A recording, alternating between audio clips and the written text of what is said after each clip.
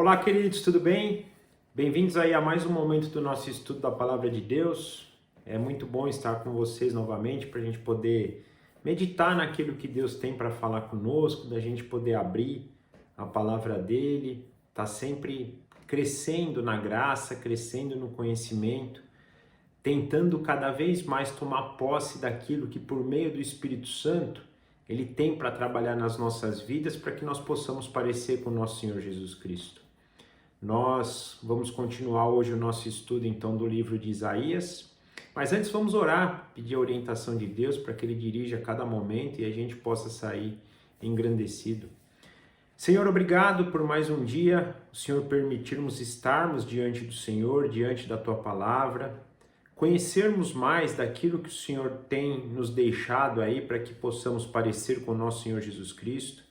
Que o Senhor dirija este momento pela ação do Teu Santo Espírito, que abra os nossos corações, os nossos ouvidos, para que possamos ouvir e ter entendimento daquilo que o Senhor quer. Que isso possa produzir em nosso coração transformação, que possa trazer uma imagem clara do Senhor para nós, para que nós possamos também buscar isso, parecer com o Senhor, entender que é o que o Senhor espera de nós. Que cada vez mais nós tenhamos esse desejo, que nós possamos entregar sempre a nossa vida para o Senhor, para participar do Teu reino, para fazer com que Ele avance aqui.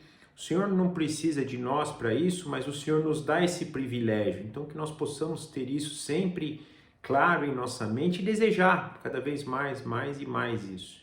Então nós entregamos esse momento para o Senhor, para que possamos ser então direcionados naquilo que o Senhor tem para nos mostrar e tem também a nos direcionar. Nós entregamos esse momento nas Tuas mãos e Te agradecemos em nome do nosso Senhor Jesus Cristo. Amém. Então, queridos, hoje o nosso objetivo vai ser passar pelos capítulos 46, 47 e 48, né? Teoricamente, fechando aí um bloco que eu penso ser um bloco destinado àquelas pessoas que estavam cativas na Babilônia. Até avançando um pouco no estudo do livro, o 49 ele vai ter uma conexão com isso também, então, na verdade, acaba sendo algo, né, dentro daquele bloco do capítulo 40 até o 66, que fala sobre salvação, esse bloco único, né, mas, de certo modo, a gente previu essa passagem do 40 até o 48, um pouco direcionada ao povo ali da Babilônia, mas já também dando uma conexão em tudo que tange sobre salvação. Até na própria divisão do livro de Isaías, né, nós falamos um pouquinho da divisão do capítulo 1 até o capítulo 35, sobre uma sessão muito focada a julgamento, ao que Deus traria, né, sobre os ímpios, naturalmente naquela relação que a gente tinha percebido dele falar da redenção por meio de Cristo, daqueles que crescem nisso poderiam ser salvos, saindo então dessa condenação, quase não, né? Na verdade, um chamado para o arrependimento. Ele mostrava por meio do julgamento o final, mas mostrando que também poderia ter um caminho diferente, que é o caminho da salvação por meio do Redentor que ele mandaria, para chamar esse povo para o arrependimento. E agora a gente está nessa passagem mais direcionada à salvação. Tivemos aquele interlúdio do capítulo 36 ao capítulo 39, a história de Ezequias junto com o povo da Assíria, né, Senaqueribe.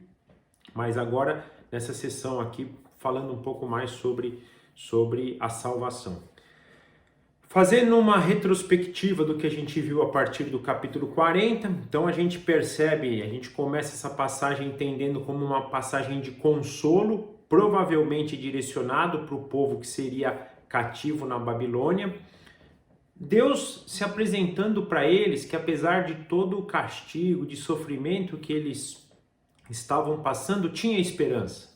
Deus enviaria um redentor para eles, para que eles pudessem ser salvos. Então essa passagem do 40 começa com esse chamado de consolo de Deus para que esse povo não perdesse a esperança, pois Deus enviaria um servo para ajudá-los. E aí lembrando que isso tem uma aplicação naquele momento para aquele povo específico, mas também já apontava e já aponta, na verdade, para a salvação final, para a redenção final, para o servo final que ele já enviou para pagar o pecado do seu povo, mas que no final vai dar restauração. Então, que ele enviaria um servo. No 42 ele mostra as características desse servo, também já fazendo esse jogo, né, para o servo presente, que ali seria Ciro, mas que no futuro seria Jesus Cristo, ou o Cristo que ele enviaria, né, e que esse servo, por meio dele, seria o único caminho de salvação deles. Caminho que vinha pela misericórdia de Deus, mesmo diante da infidelidade do seu povo. Então, Deus iria restaurar Israel naquele momento, usando Ciro, não por nada que eles fizeram, única e exclusivamente pelas misericórdias de Deus, mesmo diante da infidelidade do povo, né? Então, 43 nos mostra essa direção. Isso tudo porque Deus tinha escolhido um povo, que nesse caso aqui era Israel. E mesmo que esse povo fosse idólatra e adorasse outros deuses, Deus, na sua glória, restauraria esse povo, restauraria a nação, restauraria a cidade santa. E ele fala no capítulo 44 muito disso, da restauração de Jerusalém, a cidade santa, a cidade amada por Deus, mostrando aqui o que fala no 43, que tudo isso vinha pelas misericórdias de Deus e não por nada que Israel fizesse. Até porque, se dependesse de algum ato de Israel, não teria salvação, porque eles eram idólatras, eles eram infiéis.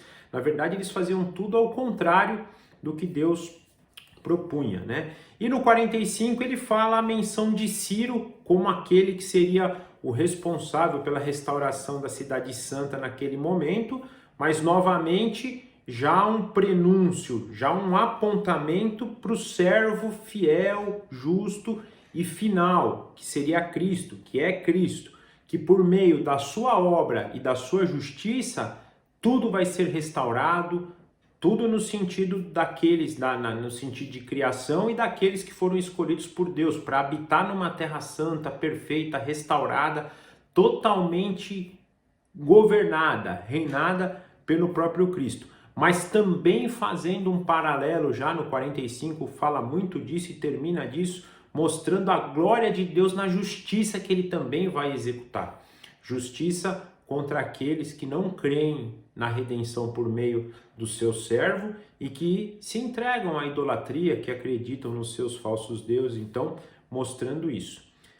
Deixando claro para a gente essa condição, uma palavra de consolo, né, para aquele povo, que também serve para a gente. Então, mais uma vez, é uma profecia dada em um determinado momento da história para um determinado povo, mas que paralelamente tem muito a ver com a nossa vida. Vida que a gente pode ver tanto da nossa infidelidade, da nossa idolatria, conforme o povo de Israel, mas também de como somos escolhidos, alcançados, restaurados para andar agora nos caminhos de Deus pela misericórdia dele, não por qualquer ato nosso, né? Então a gente vai perceber muito esse paralelismo daquele povo, daquela história, daquela restauração com a nossa vida, com a nossa idolatria, com a nossa infidelidade, mas a misericórdia e a fidelidade de Deus, que mesmo diante disso nos salva, nos alcança, nos traz para uma vida nova, uma vida agora que o próprio Deus nos dirige em retidão. Então, terminamos assim o capítulo 45 e hoje nós vamos entrar no capítulo 46, que vai fazer um contraste interessante agora da queda dos deuses babilônicos. É importante, da mesma forma que aconteceu no Egito, esse povo aqui estava sendo muito influenciado pela cultura babilônica.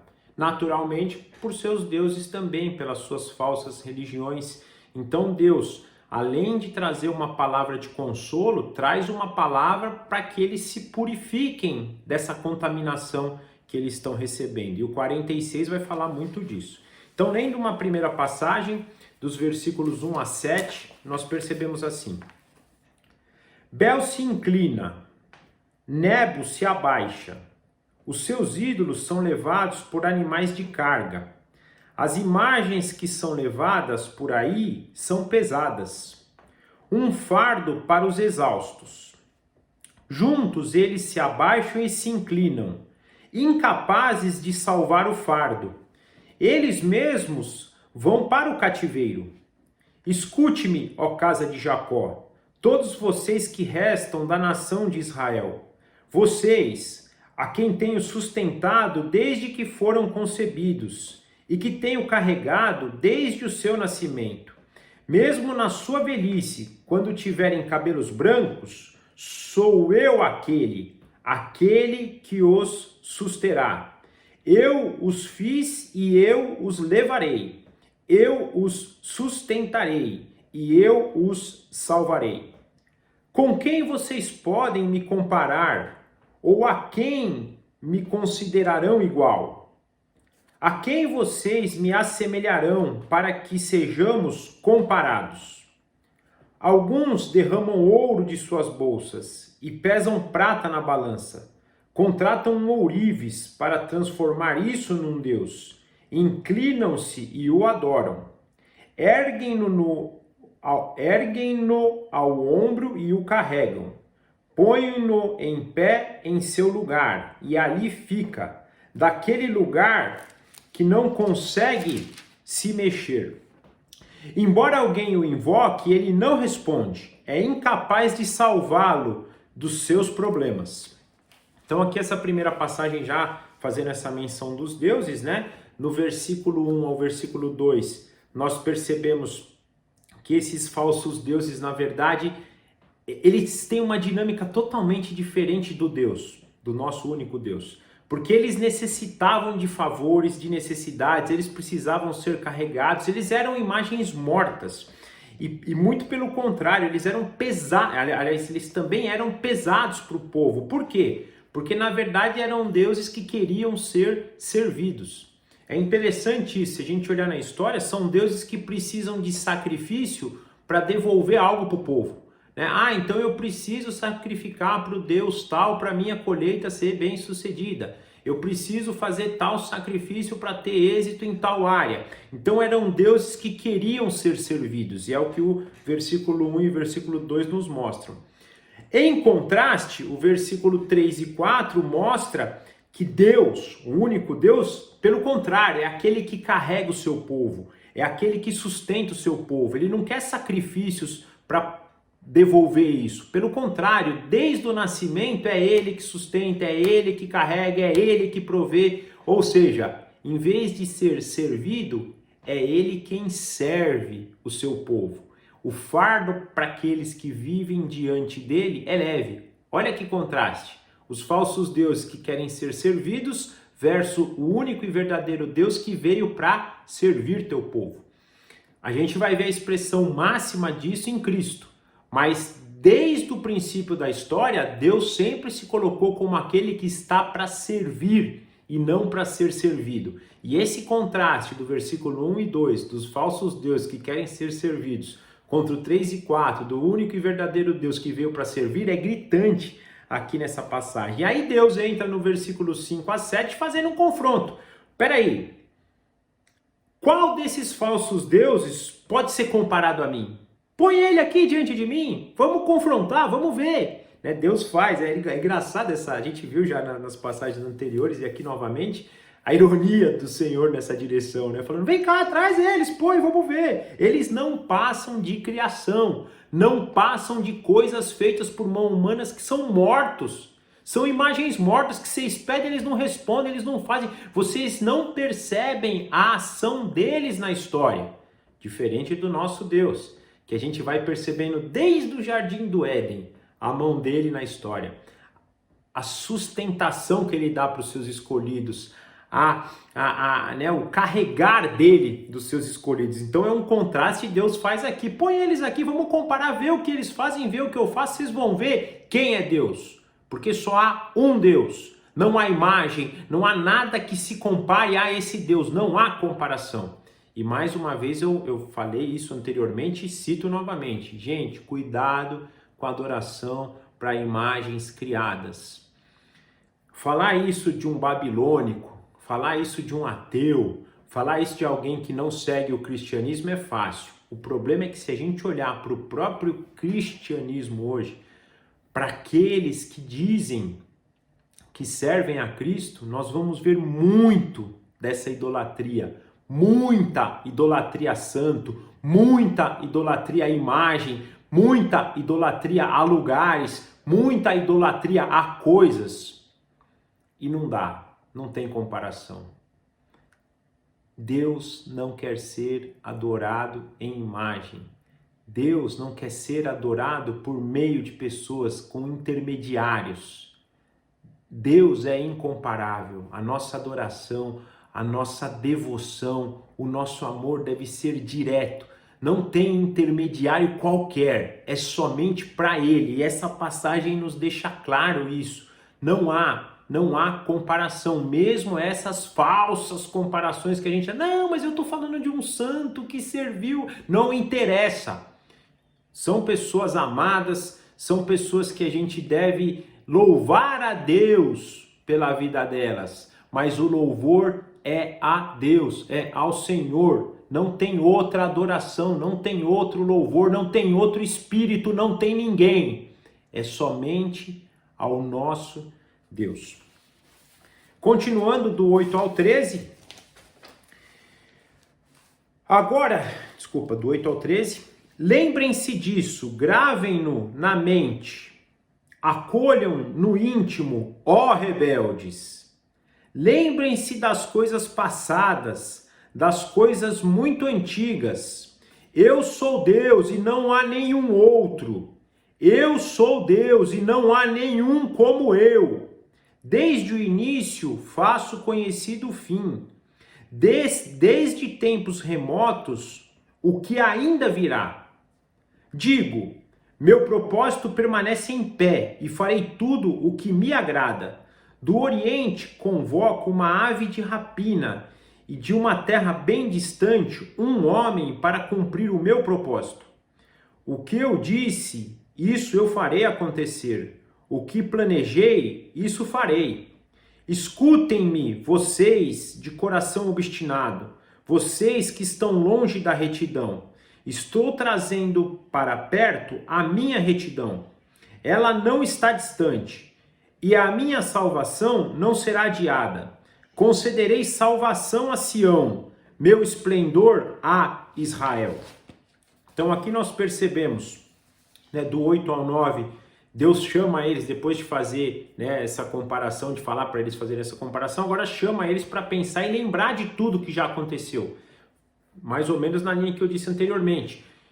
Pensem, olhem, vejam a história, olha a glória. E no caso de Israel, isso era maravilhoso, porque bastava lembrar do chamado de Abraão, da condução de Isaac, de Jacó, depois do povo sendo liberto do Egito, depois do povo sendo salvo pela abertura do Mar Vermelho, peregrinando pelos 40 anos no deserto, depois na conquista da Terra Prometida, conquista que vem com a destruição das muralhas de Jericó, que eram intransponíveis na época. Deus, num grito do povo, faz a muralha cair. Deus para o sol, Deus para a lua, para Josué e os israelitas continuarem a perseguirem os outros reis lá das outras nações. Tudo isso mostrando a glória de Deus, a conquista de Jerusalém por Davi, todo esse contexto. Aliás, várias outras proteções que Deus vai mandando para eles nas invasões assírias, sírias, mesmo quando há a divisão das 10 tribos lá e das 2 tribos, dos 2 reinos de Israel, quando os reis do norte vêm para o reino do sul, Deus livra eles também. Então eles estão percebendo, eles podem ver isso na história, Muito importante isso. Percebam o que Deus tem feito, para vocês entenderem que Ele é único, que Ele é aquele que veio para servir. Ele não quer que vocês fiquem lá levando fardos pesados, servindo. Pelo contrário, Ele que dá sustento. Mas Ele, por um outro lado, quer ser reconhecido por isso, que somente Ele é Deus, que somente nele nós temos proteção, vida, sobrevivência, sustento, tudo que nós temos vem dele. E é interessante que no 10 ele fala, Ele sempre anunciou essas coisas, desde o início até o fim, E tudo que ele anunciou, tudo que ele disse se cumpriu e vem se cumprindo. E aí eu mais uma vez cito isso. Os profetas, mas também o que foi dito nos livros anteriores. Muita coisa Deus disse naquele momento para que se cumprisse naquele momento. E outras coisas que ele diz no futuro que vão se cumprir para mostrar. Nada do que eu disse vai deixar de ser cumprido. Tudo que eu falei vai acontecer, é fiel, a minha palavra é fiel, ela permanece e vai acontecer. Então creiam nisso. Coisas eu disse já aconteceram para que vocês entendam e coisas eu disse que vão acontecer. Então tenham fé nisso. E é importante isso, gente, porque às vezes a gente, em tantas vezes aí nós vamos ter na nossa vida momentos de incredulidade, né? Principalmente,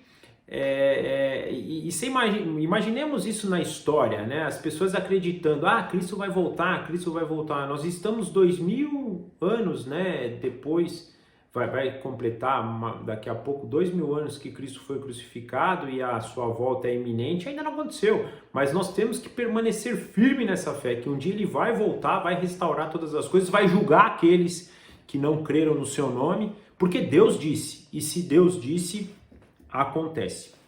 No 11 ele fala agora para esse povo, porque lembrando, eu estou falando essas aplicações futuras, mas ele está falando aqui para aquele povo então que está cativeiro, né?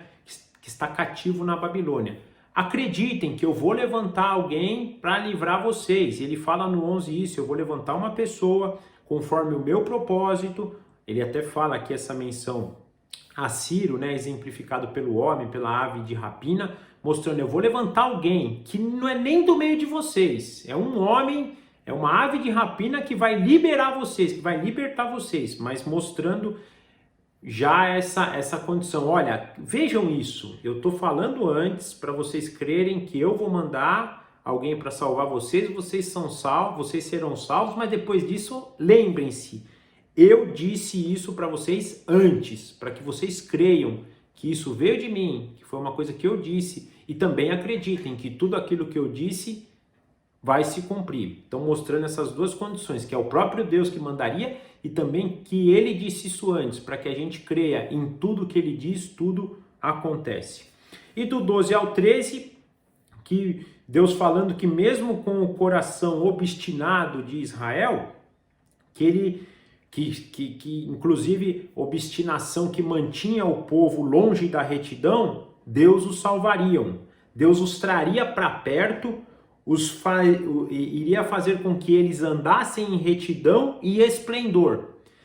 Isso é fantástico, porque isso aqui tem essa aplicação para eles, mas para nós hoje.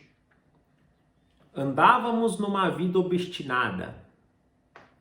Não queríamos Deus, não procuramos por Deus, muito pelo contrário, desejávamos todos os falsos deuses, todas as coisas ruins desse mundo. Esse é o nosso coração. Paulo, inclusive, vai falar isso em Romanos 3. Mas Deus, na sua graça, no seu amor, na sua misericórdia, trouxe a gente para perto. Pegou a nossa retidão e trouxe para uma retidão parecida com a dele, retidão que a gente não caminhava. E falou, agora vocês vão andar na minha retidão, vocês vão andar no meu esplendor. Gente, isso é maravilhoso. Isso é que Deus faz conosco. Versículo 1 e 2, os outros deuses querem ser servidos. 3 e 4, Deus nos serve com esplendor e com retidão. Nós ainda estamos sendo preparados. Infelizmente, nossa retidão ainda não é plena. Nosso esplendor ainda não é pleno. Mas Deus disse que um dia seremos totalmente retos, totalmente justos, totalmente esplendorosos, porque teremos a plenitude do Espírito Santo nos habitando e seremos conformados à imagem de Jesus Cristo. Deus disse, Deus vai fazer. Tenhamos fé nisso. Essa é a nossa esperança. Esse deve ser o desejo da nossa vida. Isso deve ser aquilo que nos move para continuarmos caminhando, crendo e glorificando esse Deus por tamanha fidelidade, por tamanho amor, por tamanhas misericórdias.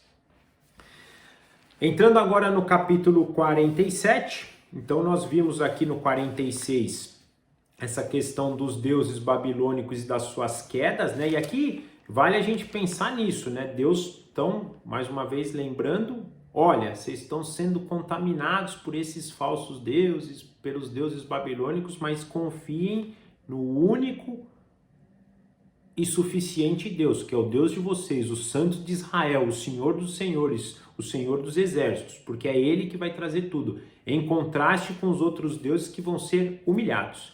Então, esse 46 vai mostrar isso, já ligando no 47, que vai mostrar então a queda da Babilônia, então, naturalmente, a queda também dos seus falsos deuses, né? Então, do versículo 1 ao versículo 4 do capítulo 47, desça, sente-se no pó, virgem cidade de Babilônia. Sente-se no chão sem um trono, filha dos babilônicos. Dos babilônios, desculpa. Você não será mais chamada mimosa e delicada. Apanhe pedras de moinho e faça farinha. Retire o seu véu. Levante a sua saia, desnude as suas pernas e atravesse os riachos. Sua nudez será exposta e a sua vergonha será revelada. Eu me vingarei, não pouparei ninguém. Nosso Redentor, o Senhor dos Exércitos, é o seu nome, é o Santo de Israel. Então nós percebemos aqui do versículo 1 ao versículo 3 que a grande e esplendorosa Babilônia, e aqui é importante a gente pensar que naquela época, principalmente do povo que estava cativo, era gritante essa diferença. Eles eram escravos humilhados e a Babilônia exaltada, os seus jardins maravilhosos, o seu rei, né, Nabucodonosor, fazendo estátua para ser adorado, se considerando Deus, subjugando várias nações. Então era uma cidade esplendorosa, poderosa, em contraste com o povo de Israel, que estava humilhado, cativo, né, totalmente devastado, e Deus falando, sabe essa grande cidade? Cidade esplendorosa, ela vai ser humilhada, ela vai ser desprezada, ela vai ser envergonhada. E quem diz isso é o Senhor dos Exércitos, o Santo de Israel, porque é Ele que vai vingar essa Babilônia. E essa Babilônia que se acha esplendorosa, esse rei que se acha o cara, diante do Santo de Israel, diante do Senhor dos Exércitos, é pó. É pó.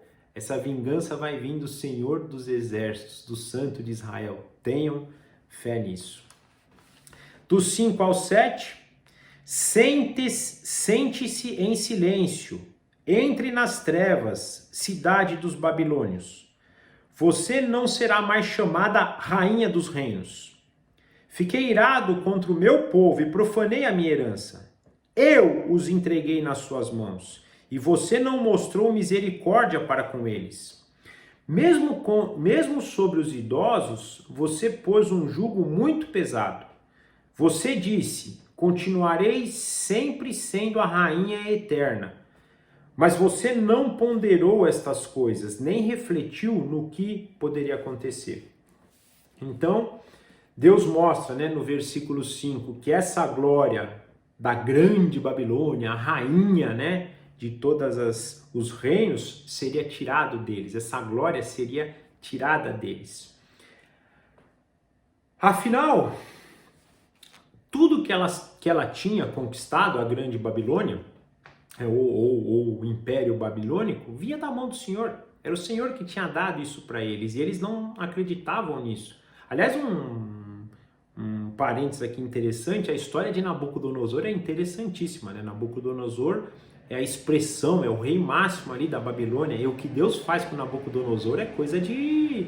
Deus faz ele ficar maluco, ele viveu um tempo com os animais para mostrar, você entendeu, cara? Quem te deu tudo isso? Quem te pôs na condição de rei? Quem te deu os outros reis na sua mão fui eu. Agora você vai aprender a dar glória para mim. E o mais legal de tudo, gente, Nabucodonosor entende e dá glória para Deus. O rei dessa grande Babilônia que vai ser humilhada, se humilhou diante de Deus. e reconheceu que era ele que tinha dado tudo para ele. E Nabucodonosor, na verdade, foi um dos que montou esse império babilônico. Então, da mesma forma que Deus fala, essa glória vai ser tirada porque tudo veio de mim, e isso tudo foi feito pela ira que eu estava com o meu povo. Eu profanei o meu povo, a minha herança, pela ira que eu tinha sobre eles, devido à infidelidade deles, devido à idolatria, à adoração aos outros deuses. Eu dei eles na sua mão, mas fui eu que dei, entendam isso. E pior, vocês, quando eu os dei na sua mão, vocês foram mais cruéis ainda. Vocês não tiveram misericórdia do meu povo, pelo contrário, vocês humilharam ele de tal maneira que nem os idosos vocês respeitaram, até os idosos vocês humilharam, colocaram um peso sobre eles assim, fora da realidade, né?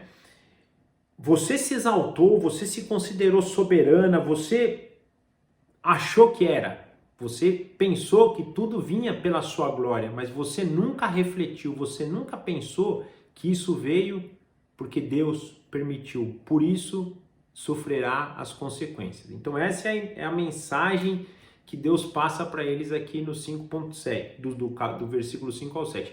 E mais uma vez eu cito, é interessante isso, porque se a gente olhar para a história de Nabucodonosor, é bem parecido, com uma diferença. Nabucodonosor, pelo menos eu entendo, né? E muitos aí estudiosos entendem que Nabucodonosor se arrepende e provavelmente vai estar com a gente no céu.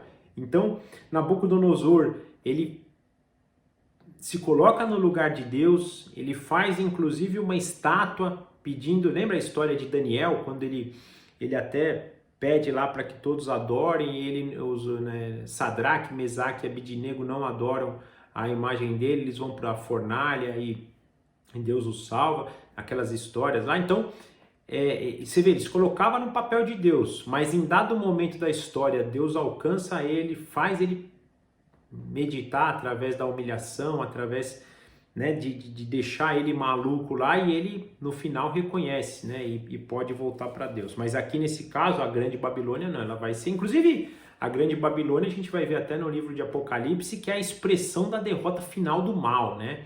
E eu até falei isso anteriormente, que está muito ligado ao que começa em Babel lá, né, que é a revolta do homem contra Deus, o homem querendo se exaltar, né, na posição de Deus.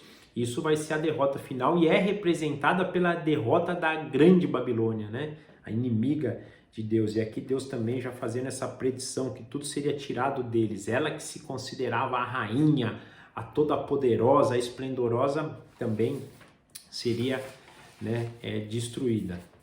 Do versículo 8 ao versículo 11, agora então escute, criatura provocadora, que age despreocupada e preguiçosamente em sua segurança, e diz a si mesma, somente eu e mais ninguém.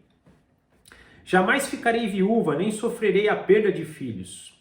Essas duas coisas acontecerão a você no mesmo instante, num único dia, perda de filho e viuvez. Virão sobre você com todo o seu peso, a despeito de suas muitas feitiçarias e de todas as suas poderosas palavras de encantamento. Você confiou em sua impiedade e disse, ninguém me vê. Sua sabedoria e seu conhecimento a enganam. Quando você diz a si mesmo, somente eu e mais ninguém além de mim.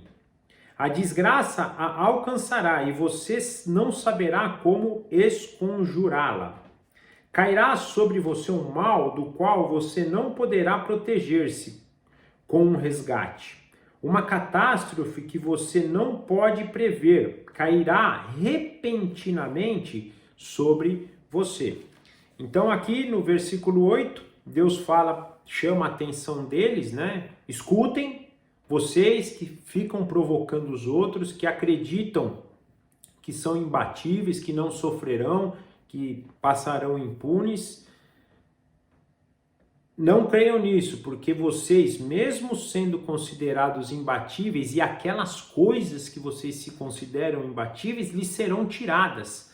Ele fala aqui, né, a menção em relação aos filhos, à viuvez, vocês que acreditam nisso, essas coisas vão ser tiradas de vocês e vão ser tiradas repentinamente.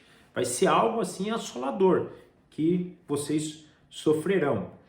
Eles achavam, né, no versículo 10, que ninguém estava vendo que eles estavam praticando o mal que eles estavam fazendo, e pior, né, o mal que eles estavam fazendo contra o povo de Deus, né? Na passagem anterior, Deus chamando a atenção deles que eles estavam colocando um peso muito grande sobre o povo de Israel, até nos velhos, e eles achavam que ninguém estava vendo isso e que ninguém ia trazer nenhum tipo de mal para suas ações, mas Deus diz: vocês serão alcançados por catástrofes, por desgraças, e vocês cairão, porque o Santo dos Santos, o Santo de Israel, o Senhor dos Exércitos, vai trazer isso. Ele vê o que vocês estão fazendo e vai trazer isso sobre vocês. Do 12 ao 15, continue então com as suas palavras mágicas de encantamento e com as suas muitas feitiçarias, nas quais você tem se afadigado desde a infância. Talvez você consiga, talvez provoque pavor. Todos os conselhos que você recebeu só a deixaram extenuada. Deixem seus astrólogos se apresentarem. Aqueles fitadores de estrelas que fazem predições de mês a mês. Que eles a salvem daquilo que está vindo sobre você. Sem dúvida, eles são como restolho. O fogo os consumirá. Eles não podem nem mesmo salvar-se do poder das chamas. Aqui não existem brasas para aquecer ninguém, não há fogueiras para a gente sentar-se ao lado. Isso é tudo que eles podem fazer por você. Esses com quem você se afadigou e com quem teve negócios escusos desde a infância. Cada um deles prossegue o seu erro, não há ninguém que possa salvá-lo. Então aqui nós percebemos, né, do versículo 12, Deus ironiza a continuarem a consultar seus falsos deuses e as suas falsas religiões, né, brincando, vai lá, procurem eles. Vai lá nas suas religiões, nas suas adivinhações, nas suas feitiçarias, nos seus espíritos. Perguntem, vejam se eles podem salvar vocês, se eles podem trazer algo. No 13, né, Deus ainda fala que os conselhos deles, na verdade, traziam mais extenuação para o povo. Vocês vão lá, vocês perguntam para ele, em vez de vocês terem paz, vocês têm mais extenuação. Peçam para eles que eles salvem vocês então, já que eles são os deuses de vocês, já que as religiões que vocês praticam te trazem essas coisas. E aqui tem um ponto interessante, gente, é engraçado isso, né? A gente vê bastante gente indo e procurando religiões para encontrar paz e, pelo contrário, eles saem mais extenuados, né? Até porque, e isso eu vou dizer para vocês que acontece até no meio evangélico. As pessoas vão encontrando algo e os outros põem um fardo ainda maior para carregar. E eu penso que isso vai estar, no nosso caso no nosso caso evangélico, muito ligado ao legalismo, né? As pessoas, olha, você precisa obedecer, você tem que, né, seguir os caminhos de Deus, senão você não vai ser salvo nessa direção. E esquecem de falar a verdade. Nós realmente devemos ter uma vida santa, nós devemos procurar o bem, fugir do mal, nós devemos andar em retidão, mas o que Deus fala pra gente é que Ele vai nos capacitar nessa direção. Então que nós possamos procurar Ele para não para que a gente encontre a salvação. E por que a gente fala, e a extenuação aqui está muito ligada a isso. Se a gente achar que vai encontrar o favor de Deus por fazer o bem, a gente vai ficar cansado, em depressão e nunca encontra paz. Se a gente continuar vivendo uma vida acreditando que são os nossos méritos que nos aproximam de Deus, gente, é extenuação pura. Nós vimos no começo dessa passagem, é Deus que nos dá essas coisas pela misericórdia dele. Então nós devemos todos os dias nos relacionar com Deus, ser amigos de Deus e permitir que Ele nos capacite. reconhecendo a nossa total dependência, a nossa total necessidade da ação do Espírito Santo para que nós possamos caminhar.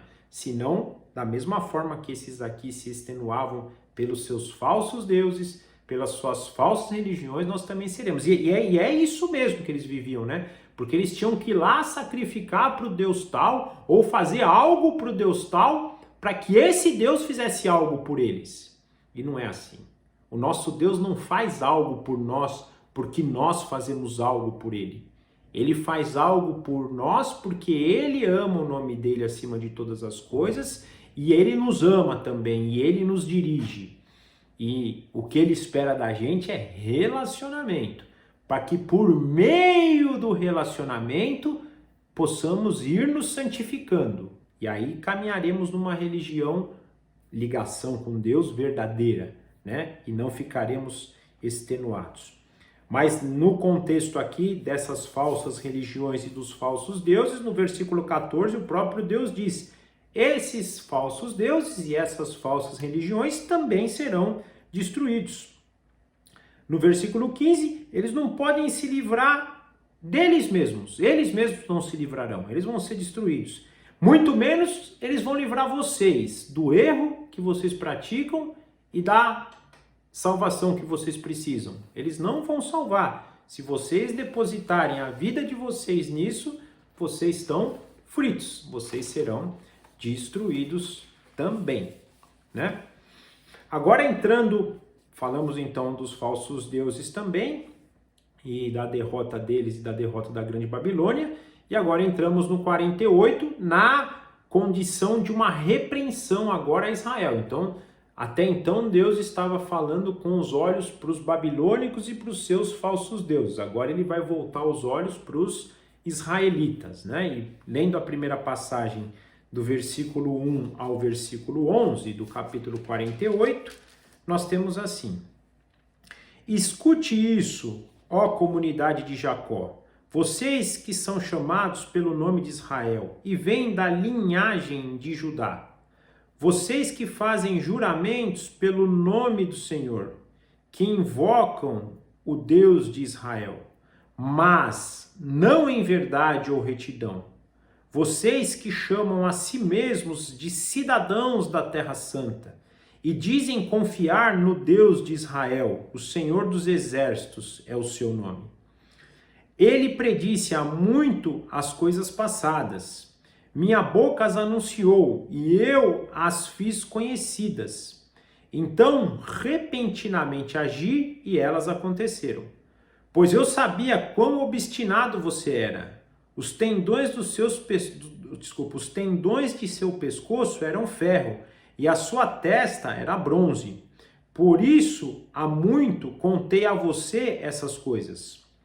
Antes que acontecessem, eu as anunciei a vocês, para que vocês não pudessem dizer: meus ídolos as fizeram, minha imagem de madeira e meus deus de metal as determinaram.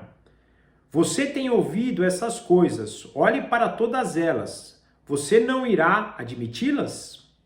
De agora em diante eu contarei a você coisas novas, coisas ocultas que você desconhece. Elas foram criadas agora e não há muito tempo. Você nunca as conheceu antes, por isso você não pôde dizer: sim, eu as conhecia. Você não tinha conhecimento nem entendimento, desde a antiguidade o seu ouvido tem se fechado. Sei quão trapaceiro você é. Desde o nascimento você foi chamado rebelde. Por amor do meu próprio nome, eu adio a minha ira. Por amor do meu louvor por amor de meu louvor, eu a contive, para que você não fosse eliminado. Veja, eu refinei você, agora embora não como prata, eu provei na fornalha da aflição. Por amor de mim mesmo eu faço isso.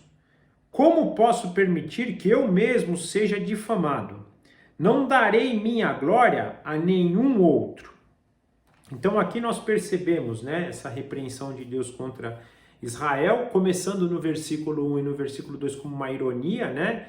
Deus dizendo, né, que aqueles que se diziam seu povo, que confiavam, né, que diziam, né, que seguiam o Senhor, que diziam ser habitantes, né, da terra santa, né, mas que na verdade eram infiéis, não caminhavam na verdade, né, ou seja, não buscavam a santidade, né, que na verdade ele já tinha predito todas essas coisas para que eles acreditassem que era o próprio Deus que estava enviando sobre eles e que isso vinha pela infidelidade, pela injustiça, pela imoralidade deles. Eu chamo a atenção de vocês aqui, se a gente ler, e se vocês tiverem a oportunidade de ler, né, no segundo momento, Deuteronômio, livro de Deuteronômio, capítulo 31, do versículo 14 e o capítulo 32 é impressionante. Você lê o que Moisés fala lá para o povo, lembrando que Deuteronômio foi escrito quando o povo estava saindo, peregrinando já há 40 anos no deserto depois de sair do Egito, um pouquinho antes de entrar na conquista da Terra Prometida, Moisés já dizendo o que Deus estava mandando para eles agora, ou seja, Deus já tinha predito essas coisas há muito tempo, né, que eles seriam obstinados, que eles iriam adorar os deuses das outras nações e que por isso Deus teria que trazer julgamento sobre eles. O próprio Deuteronômio capítulo 28 também, aliás o 28:36, capítulo 28, versículo 36, fala muito sobre isso, então Deus mostrando, eu já tenho dito isso para vocês muito antes, começa lá em Moisés, lá atrás, quando vocês ainda nem tinham tomado posse da terra prometida, eu já sabia que vocês seriam obstinados, já sabia que vocês não idolatrariam, que vocês idolatrariam outros deuses e esqueceriam de mim, e que por isso eu teria que trazer justiça sobre vocês. Mas a partir do versículo 6 tem uma virada de jogo. Daí Deus fala, olha, mas agora eu vou contar algo novo para vocês. E aqui, gente, boa nova, né? Vamos pensar na palavra boa nova, que é evangelho, é Deus quase assim, olha, eu vou proclamar alguma coisa aqui que vai fazer a diferença para vocês, que é o evangelho. Né? A mensagem que hoje para nós é a mensagem do evangelho, mas que para eles também era uma mensagem nova, mensagem de salvação. E ele vai falar na sequência do livro, do capítulo aqui, a libertação e a salvação do povo, que é o mesmo caso nosso, né? Que apesar de tudo isso, para aqueles que eu escolhi, existe uma mensagem diferente, uma mensagem de ânimo, uma mensagem de salvação, de libertação, de glorificação. E ele começa então no versículo 6 fazer essa mensagem, né? Trazer, olha, eu vou trazer algo novo, coisa que vocês não conhecem, coisa que vocês não ouviram falar ainda. Na verdade, vocês nem tinham ouvidos para isso. Devido à rebeldia de vocês, o ouvido de vocês estava fechado, estava bloqueado. O olho de vocês tapado para essa nova verdade. Então, eu estou trazendo algo que vocês não tinham condições de perceber antes. Deus sempre falou do Cristo. Lá no Jardim do Éden, no capítulo 3, né, do livro de Gênesis, quando a gente vê que Adão e Eva caem no pecado, Deus já promete então o envio do Messias para matar o inimigo, né, acabar com a iniquidade, acabar com a serpente. Mas eles não tinham ouvidos para isso, eles não tinham olhos para isso. Pelo contrário, eles se desviaram, né, eles não conseguiram se manter nos caminhos do Senhor. E isso vale para todas as gerações até aquele momento. E vale até as nossas gerações hoje, né?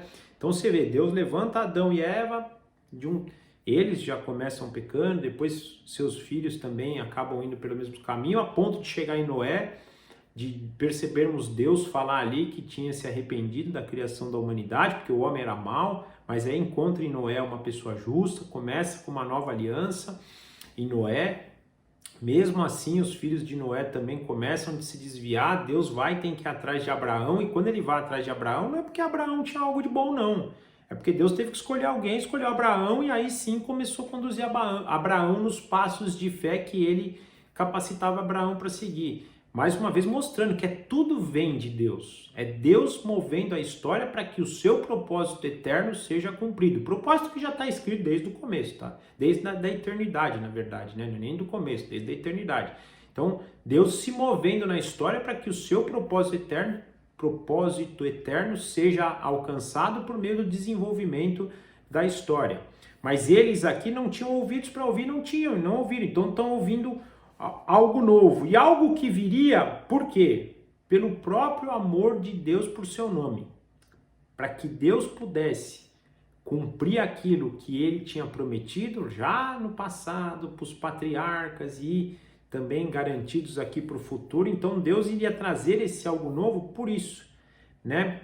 Para que o seu nome fosse glorificado, não fosse difamado. E esse algo novo implicava, né, do versículo 9 ao versículo 11, nós percebemos isso, que Deus tinha que adiar a sua ira, né, para que ele não exterminasse a raça humana. Se Deus aplicasse justiça como ele tem que aplicar, não sobraria nenhum. Afinal, não há um justo sequer. Então Deus precisa tolerar em todo momento da história a iniquidade, enquanto ele ainda está completando o número dos seus escolhidos, que também só são escolhidos e não são eliminados pelo próprio amor de Deus em enviar seu Filho para justificar eles, porque também, senão, seriam também destruídos, porque não há um justo, não há um sequer. Então Deus está adiando isso, para que eles pudessem então tomar posse dessa boa nova. Nós da mesma forma. E aqui é um ponto legal para a gente meditar. Outro dia eu vi, né, alguém falar, poxa, mas se existe tanta maldade no mundo hoje, né? Nós já não, a situação que a pessoa estava dizendo era algo assim, pô, se o mundo está tão desvirtuado assim, não tem mais jeito, chegou num nível de iniquidade e tal, que não dá, né? Não tem muito mais. Por que Deus já não volta de uma vez e já restaura todas as coisas? Porque o dia que Deus voltar, gente, ele vai ter que derramar a ira dele, ele vai ter que despejar a justiça que ele tem sobre a humanidade. E isso ainda não foi feito porque o número dos escolhidos não foi alcançado ainda. Deus ainda não alcançou a plenitude dos seus escolhidos. Então ele não pode fazer isso até que esse número seja completo, porque o dia que Deus derramar a ira dele, vai ser dia de justiça, e todos serão impactados por essa justiça. Aqueles que foram justificados por meio de Jesus Cristo para a salvação e os que não foram justificados para a condenação eterna. Então ele tem que retardar, ele tem que adiar essa justiça até que o seu povo, os seus escolhidos, sejam alcançados em plenitude. Essa palavra, essa passagem tem muito essa conotação. Deus está adiando sua ira até que o seu propósito seja cumprido.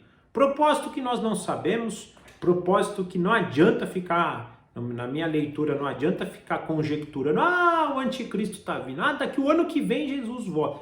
Não sabemos, pode ser que volte, desejamos, se ele voltar amanhã, hoje, daqui um ano, vai ser ótimo. Nós não temos como conjecturar isso, não acreditem nessas coisas que postam na internet, o anticristo nasceu já, é o fulano, é o beltrano, é o ciclano, Israel está se juntando lá, vai construir o terceiro templo, vai começar, esquece. Nós não temos essa data. Esse dia vem como um ladrão para aqueles que não estão esperando. Nós vamos ter os indícios para crer no dia que esse dia está chegando, porém, não dá ainda para a gente afirmar. O que nós sabemos é que Deus está retardando a vinda desse dia, e retardou aqui na ação de Israel porque ainda não podia despejar a sua ira sobre tudo, porque o dia que despejar, não tem jeito. Aí é justiça, quem foi, quem não foi, não vai mais.